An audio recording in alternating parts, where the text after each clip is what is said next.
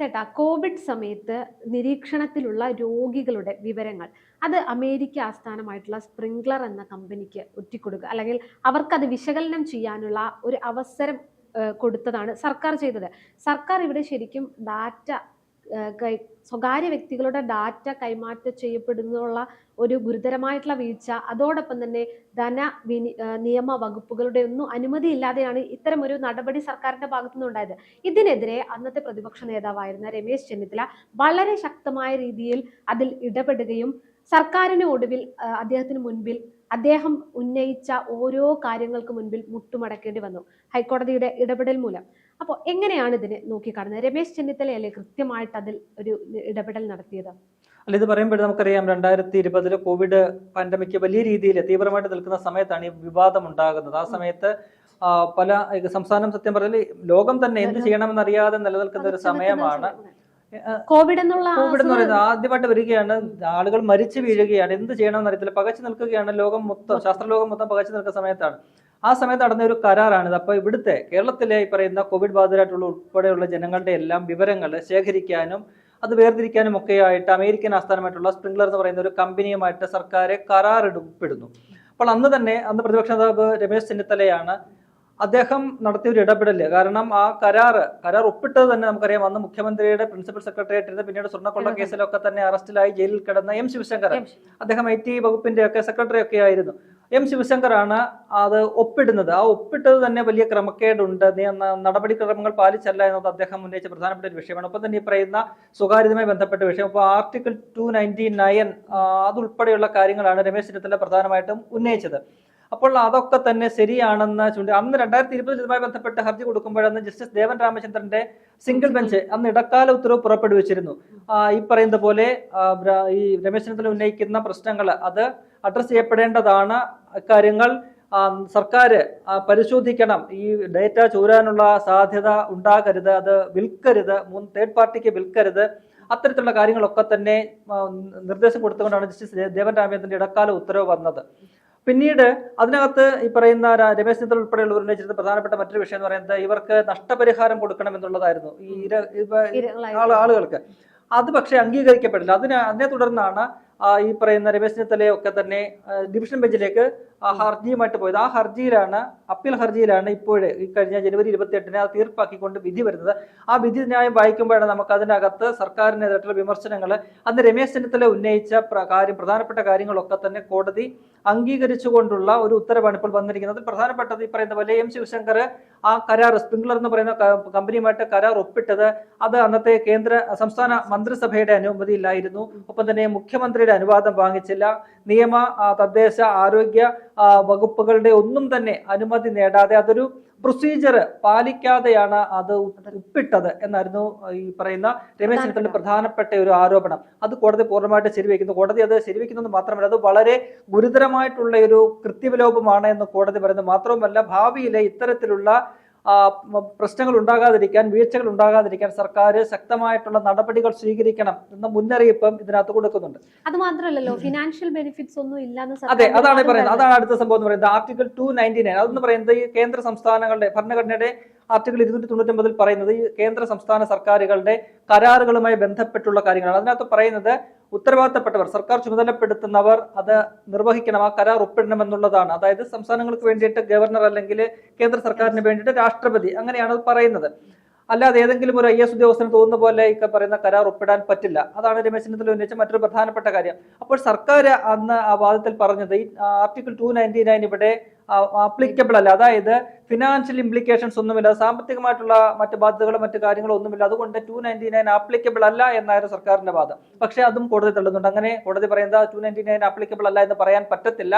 അത് ഒരു കരാറുമായി ബന്ധപ്പെട്ടാകുമ്പോൾ അത് അവിടെ ആപ്ലിക്കബിൾ ആണ്. ഈ പറയുന്നത് പോലെ ബന്ധപ്പെട്ടവർ, അത് ചുമതലപ്പെടുത്തുന്നവർ തന്നെ അതിൻ്റെതായ രീതിയിൽ ഈ പറയുന്ന കരാറുകൾ ഒപ്പിടണം എന്ന് പറയുന്നുണ്ട്. അപ്പോൾ പിന്നെ ഒരു രാജ്യത്തിന്റെ പൗരന്മാരുടെ വിവരങ്ങൾ ചോരുകയാണ്. അത് വളരെ വളരെ പ്രധാനപ്പെട്ട വളരെ ഗൗരവമായിട്ടുള്ള ഒരു വിഷയമായിരുന്നു അത്. ഈ പറയുന്ന ഡേറ്റ ചോർച്ചയുമായി ബന്ധപ്പെട്ട് അത് 2020 ജസ്റ്റിസ് ദേവൻ രാമേന്ദ്രന്റെ ബെഞ്ചിന് അതിനകത്ത് നിർദ്ദേശം കൊടുത്തിരുന്നു. അപ്പോൾ സർക്കാർ പറഞ്ഞത്, സർക്കാർ വേണ്ടി ഹാജരായ അഭിഭാഷകർ പറഞ്ഞത് അത്തരത്തിൽ ഡേറ്റയ്ക്ക് ഈ പറയുന്ന കൈമോശം വരില്ല, അല്ലെങ്കിൽ അത് തേർഡ് പാർട്ടിക്ക് കൊടുക്കില്ല, അത് ലീക്ക് ആകത്തില്ല, അത് വിൽക്കത്തില്ല എന്നൊക്കെ ഉറപ്പ് കൊടുത്തിരുന്നു. ആ ഉറപ്പ് ഈ പറയുന്ന സ്പ്രിംഗ്ലറിൽ നിന്നും വാങ്ങിയിരുന്നു. അവരതുമായിട്ട് സമ്മതിച്ചിട്ടുണ്ട്. ഈ ഡേറ്റകൾ ഇതിന് ശേഷം, ഈ വിനിയോഗത്തിന് ശേഷം അവരത് നശിപ്പിച്ച് കളയാമെന്ന് ഉറപ്പ് കൊടുത്തിട്ടുണ്ട്. അപ്പോൾ അത് അവർ അംഗീകരിച്ചു എന്നൊക്കെ പറഞ്ഞുകൊണ്ട് ജസ്റ്റിസ് ദേവൻ രാമേന്ദ്രന്റെ ബെഞ്ചിൽ അത് അക്കാര്യം അറിയിച്ചിരുന്നു. അപ്പോൾ അതുകൊണ്ട് ആ വിഷയത്തിലേക്ക് കോടതി പിന്നീട് കടന്നില്ല. കോടതി പറയുന്നത് അക്കാര്യത്തിൽ സർക്കാർ അങ്ങനെ നടപടി സ്വീകരിച്ചിട്ടുണ്ട്, അതുകൊണ്ട് ഡേറ്റയുടെ ഒരു ചോർച്ചയിൽ ഒരു ആശങ്ക വേണ്ട എന്നുള്ള കാര്യം പറയുന്നുണ്ട്. പക്ഷേ എങ്കിൽ പോലും രമേശ് ചെന്നിത്തല അന്നുന്നയിച്ച പ്രധാനപ്പെട്ട കാര്യങ്ങൾ അതൊക്കെ തന്നെ ശരിയായിരുന്നു. അത് അംഗീകരിച്ചുകൊണ്ടാണ് ഇപ്പോൾ ഈ വിധി വന്നപ്പോൾ രമേശ് ചെന്നിത്തല കഴിഞ്ഞ ദിവസം ഒരു വാർത്താ സമ്മേളനം നടത്തി. അതിന് പ്രധാനപ്പെട്ട കാരണം ഈ വിധി വന്നതിന് പിന്നാലെ സ്പ്രിംഗ്ലറുമായി ബന്ധപ്പെട്ട വിധിയാണല്ലോ. അത് വന്നപ്പോൾ CPM സംസ്ഥാന സെക്രട്ടറി MV ഗോവിന്ദന്റെ ഒരു പ്രതികരണമുണ്ട്. അദ്ദേഹം പറഞ്ഞത് സർക്കാരിന്റെ എല്ലാ വാദങ്ങളും കോടതി അംഗീകരിച്ചു, അതുകൊണ്ട് രമേശ് ചെന്നിത്തലയും പ്രതിപക്ഷ നേതാവ് VD സതീശനും പൊതുജനങ്ങളോട് മാപ്പ് പറയണം. അതാണ് ഇപ്പോൾ സ്ഥിരമായിട്ട് പറഞ്ഞുകൊണ്ടിരിക്കുന്നത്. മാപ്പേണ്ട ഒരു ആവശ്യമില്ല, കാരണം അദ്ദേഹം അന്നത്തെ കക്ഷിയായിരുന്നില്ല. അന്ന് പ്രതിപക്ഷ നേതാവായിരുന്ന രമേശ് ചെന്നിത്തലയാണ് ആ കേസുമായിട്ട് മുന്നോട്ട് പോയത്.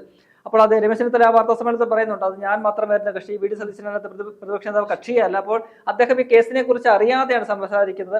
ഒന്നുകിൽ അദ്ദേഹം ഈ വിധി വായിച്ചിട്ടില്ല, അല്ലെങ്കിൽ അദ്ദേഹം ഈ പറയുന്ന എന്താ പറയാ കമ്മികളുണ്ടല്ലോ, അന്തം കമ്മികള്, സൈബർ വെട്ടിവിളി കൂട്ടങ്ങള്, അവര് വെറുതെ സോഷ്യൽ മീഡിയയിലൊക്കെ പറയുന്നത് കേട്ട് അദ്ദേഹം പറയുകയാണ്. അദ്ദേഹം അത് വിധി വായിക്കണം എന്ന് പറയണം. അതായത് MV ഗോവിന്ദന്റെ ഇപ്പോഴത്തെ ഈ സമീപകാലത്തെ എല്ലാം ഇത്തരത്തിലുള്ള കോമഡി ഐറ്റം ആണ്. അദ്ദേഹം കാര്യങ്ങൾ അറിയാതെ പ്രതികരിക്കുന്ന ഒരു ക്യാപ്സൂളുകൾ മാത്രം അതാണ് മെയിൻ വിഷയം. അതാണ് ഇപ്പോൾ നേരത്തെ അണികൾ മാത്രമാണ് ക്യാപ്സൂളുകൾ ഉപയോഗിച്ചുകൊണ്ടിരുന്നെങ്കിൽ ഇപ്പോൾ ഈ പറയുന്ന സംസ്ഥാന സെക്രട്ടറി, മുഖ്യമന്ത്രി ഉൾപ്പെടെയുള്ളവർ ഈ ക്യാപ്സൂളുകൾ എടുത്ത് വിഴുങ്ങുന്നു എന്നുള്ളതാണ്. അത് അവരെ വലിയ രീതിയിൽ എന്താ പറയുക പൊതുസമൂഹത്തിന് മുന്നിൽ അപഹാസ്യരാക്കുന്നു എന്നതാണ്. അവരത് മനസ്സിലാക്കുന്നില്ല. ഇത് വീണ്ടും വീണ്ടും ഇങ്ങനെ ആവർത്തിച്ചുകൊണ്ടിരിക്കുകയാണ് MV ഗോവിന്ദൻ. അദ്ദേഹം ഈ പൊതുസമൂഹത്തിനൊരു CPMന്റെ ഒരു സംസ്ഥാന സെക്രട്ടറി, EMSനെ പോലെയുള്ളവരൊക്കെ ഇരുന്നിട്ടുള്ള ഒരു പദവിയാണ്. VS അച്യുതാനന്ദനെ ഒരുപാട് പ്രശസ്തരായിട്ടുള്ള പ്രഗത്ഭരായിട്ടുള്ള ആളുകൾ ഇരുന്ന ഒരു കസേരയാണ്. അവിടെ ഇരുന്നുകൊണ്ട് അദ്ദേഹം ഈ പറയുന്ന വിവരക്കേടുകൾ വിളിച്ചു പറയുകയൊക്കെ ചെയ്യുന്നത്. ഈ രമേശ് ചെന്നിത്തല പ്രതിപക്ഷ നേതാവായിരുന്ന കാലഘട്ടത്തിൽ, അതായത് 2016 മുതൽ 2021 വരെ, സത്യം പറഞ്ഞാല് ഒരുപക്ഷെ ഏറ്റവും കൂടുതൽ സർക്കാരിനെതിരായിട്ടുള്ള ആരോപണങ്ങൾ, അല്ലെങ്കിൽ ഒരു സർക്കാർ ഒരു പദ്ധതിയുമായിട്ട് മുന്നോട്ട് പോകുമ്പോൾ അതിനകത്തെ പ്രശ്നങ്ങൾ കണ്ടെത്തി ഇത് അഴിമതിയാണ് എന്ന് തുറന്നു പറഞ്ഞുകൊണ്ട് അദ്ദേഹം രംഗത്ത് വരികയും അത്തരത്തിലെ അത് 6 or 7 വിഷയങ്ങളിൽ സർക്കാരിന് ഇത്തരം ഇടപെടലുകൾ നിമിത്തം പിൻവാങ്ങേണ്ടി വരികയും ചെയ്തിട്ടുണ്ട്. സാധാരണഗതിയിൽ നമ്മൾ ഇപ്പോൾ ഒരു സർക്കാർ ഒരു ഇടപാടിലേക്ക് പോയി പിന്നീട് ഇടപാടെല്ലാം കഴിഞ്ഞിട്ട് പിന്നീട് അത് അഴിമതി ഉണ്ടെന്ന് കണ്ടെത്തും. അത്തരത്തിലുള്ള കാര്യങ്ങളാണ് നമുക്ക് വരിക. ഇവിടെ രമേശ് ചെന്നിത്തലയുടെ ഇടപെടൽ കാരണമായതുകൊണ്ട് ഒരു 4000 കോടിയോളം രൂപയുടെ അഴിമതി തടയപ്പെട്ടു എന്നുള്ളതാണ് ഏറെ പ്രധാനപ്പെട്ട കാര്യം. അദ്ദേഹം ഈ പറയുന്ന 2018 തന്നെ പ്രളയ സമയത്ത് ഈ പമ്പയിലെ മണൽ വാരലുമായി ബന്ധപ്പെട്ടൊരു നീക്കം സർക്കാർ നടത്തി. അപ്പോൾ അതുമായി ബന്ധപ്പെട്ട് അദ്ദേഹം രംഗത്ത് വന്നു, അത് അഴിമതിയാണ്, അത് നടത്താൻ അനുവദിക്കില്ല എന്ന് പറഞ്ഞിട്ട് അത് സർക്കാരിന് പിന്മാറേണ്ടി വന്നു. പിന്നെ പറയുന്ന പോലെ ബ്രൂവറി ഡിസ്റ്റിലറികളുടെ അനുമതി, അത് തുടങ്ങാനുള്ള അനുമതി കൊടുക്കും, അതിൽ നിന്നും സർക്കാരിന് പിന്മാറേണ്ടി വന്നു. പിന്നീട് ഈ ബസ്സുകളുമായിട്ട് ബന്ധപ്പെട്ടൊരു വിഷയമുണ്ട്. അങ്ങനെ ഒട്ടനവധി വിഷയങ്ങൾ സർക്കാർ ഏതെങ്കിലും ഒരു പദ്ധതിയിൽ കരാർപ്പെടാൻ, ആഴക്കടൽ മത്സ്യബന്ധനവുമായി ബന്ധപ്പെട്ടുള്ള അതൊരു കമ്പനിയുമായിട്ട് ഒപ്പിടാൻ പോയി, അമേരിക്കൻ കമ്പനിയുമായിട്ട്, അതിലും രമേശ് ചെന്നിത്തല തെളിവുകൾ സഹിതം പുറത്തു കൊണ്ടുവന്നു. അങ്ങനെ സർക്കാരിന് പിന്മാറേണ്ടി വന്നു. നമുക്ക് ഓർക്കണം, 2021 നിയമസഭാ തെരഞ്ഞെടുപ്പില് കൊല്ലത്ത് കുണ്ട്ര എന്ന് പറയുന്ന മണ്ഡലത്തിൽ അന്നത്തെ മത്സ്യവകുപ്പ് മന്ത്രിയായിരുന്ന ജെ മേഴ്സിക്കുട്ടിയമ്മ അവിടെ കുണ്ട്രയിൽ തോൽക്കാനുണ്ടായ പ്രധാനപ്പെട്ട കാരണങ്ങളിലൊന്ന് ഇതുകൂടിയായിരുന്നു. സിറ്റിംഗ് മന്ത്രിമാരിൽ തോറ്റ ഏക വ്യക്തിയാണ് ജെ മേഴ്സിക്കുട്ടിയമ്മയായിരുന്നു. അപ്പോൾ അത്തരത്തിൽ നിരവധി വിഷയങ്ങൾ പൊതുസമൂഹത്തിന് മുന്നിലേക്ക് കൊണ്ടുവരികയും പൊതുജന ശ്രദ്ധ ആകർഷിക്കുകയും അത് ആ ഒരു ഇടപെടലുകൾ കാരണം സർക്കാരിന് പിന്മാറേണ്ടി വരികയും ചെയ്ത ഒട്ടനവധി സംഭവങ്ങളുണ്ട്. അപ്പോൾ അത്തരത്തിൽ മികച്ച രീതിയിൽ പ്രവർത്തിച്ച ഒരു നേതാവായിരുന്നു രമേശ് ചെന്നിത്തല എന്ന് പറയുന്നത്. അപ്പോൾ അദ്ദേഹത്തിന്റെ ആ ഒരു ഇന്റഗ്രിറ്റി ചോദ്യം ചെയ്തുകൊണ്ട് ഈ MV ഗോവിന്ദൻ രംഗത്തെത്തിയപ്പോഴാണ് അദ്ദേഹം കഴിഞ്ഞ ദിവസം ഒരു വാർത്താ സമ്മേളനം നടത്തിയത്.